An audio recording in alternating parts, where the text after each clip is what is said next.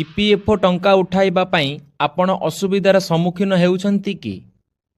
ଟଙ୍କା ଉଠାଇବା ପାଇଁ ବାର ବାର ଅଫିସର ଚକ୍କର କାଟୁଛନ୍ତି କି? ତେବେ ଆପଣଙ୍କ ସମସ୍ୟାର ହେବ ସମାଧାନ।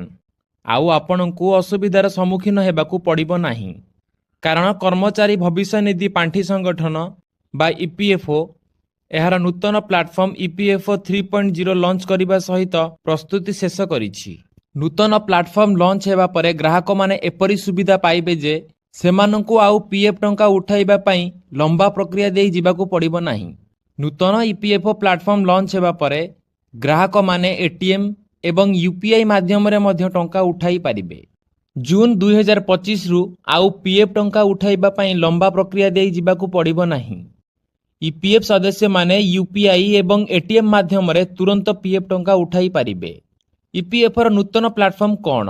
କର୍ମଚାରୀ ଭବିଷ୍ୟନିଧି ପାଣ୍ଠି ସଂଗଠନ ତାର ଉପଭୋକ୍ତାଙ୍କୁ ଉତ୍ତମ ସୁବିଧା ପ୍ରଦାନ କରିବା ପାଇଁ ଇପିଏଫ୍ଓ 3.0 ନାମକ ଏକ ନୂତନ ପ୍ଲାଟଫର୍ମ ପ୍ରଚଳନ କରିଛି। ଏହା ଏକ ଦୃଢ଼ ଆଇଟି ପ୍ଲାଟଫର୍ମ ମାଧ୍ୟମରେ ସେବା ପ୍ରଦାନ କରିବ, ଯେପରିକି ଅଟୋ କ୍ଲେମ୍ ସେଟଲମେଣ୍ଟ, ଡିଜିଟାଲ ସଂଶୋଧନ, ଏଟିଏମ୍ ଉଠାଣ ଏବଂ ୟୁପିଆଇ ମାଧ୍ୟମରେ ଉଠାଣ ଇତ୍ୟାଦି। ନୂତନ ପ୍ଲାଟଫର୍ମରେ କେଉଁ ସୁବିଧା ଉପଲବ୍ଧ ହେବ? ନୂତନ ସୁବିଧା ଅନୁଯାୟୀ ଇପିଏଫ୍ ସଦସ୍ୟମାନେ କେବଳ ୟୁପିଆଇ ଏବଂ ଏଟିଏମ୍ ମାଧ୍ୟମରେ ଟଙ୍କା ଉଠାଇ ପାରିବେ ନାହିଁ, ବରଂ ସେମାନଙ୍କ ପିଏଫ୍ ବାଲାନ୍ସ ମଧ୍ୟ ଯାଞ୍ଚ କରିପାରିବେ। ଏହା ବ୍ୟତୀତ ଲୋକମାନେ ନିଜ ପସନ୍ଦର ବ୍ୟାଙ୍କ ଆକାଉଣ୍ଟକୁ ଟଙ୍କା ସ୍ଥାନାନ୍ତର କରିବାର ସୁବିଧା ମଧ୍ୟ ପାଇପାରିବେ। ଏଥିରେ ସୁରକ୍ଷା ବ୍ୟବସ୍ଥା ମଧ୍ୟ ରହିବ। ସୁରକ୍ଷାକୁ ଧ୍ୟାନରେ ରଖି ଆକାଉଣ୍ଟଧାରୀମାନେ ଓଟିପି ଯାଞ୍ଚ ମାଧ୍ୟମରେ ସେମାନଙ୍କର ଇପିଏଫ୍ ଆକାଉଣ୍ଟକୁ ମଧ୍ୟ ଅପଡେଟ୍ କରିପାରିବେ। ଏଟିଏମ୍ରୁ କେମିତି ଉଠାଇବେ ଇପିଏଫ୍ ଟଙ୍କା?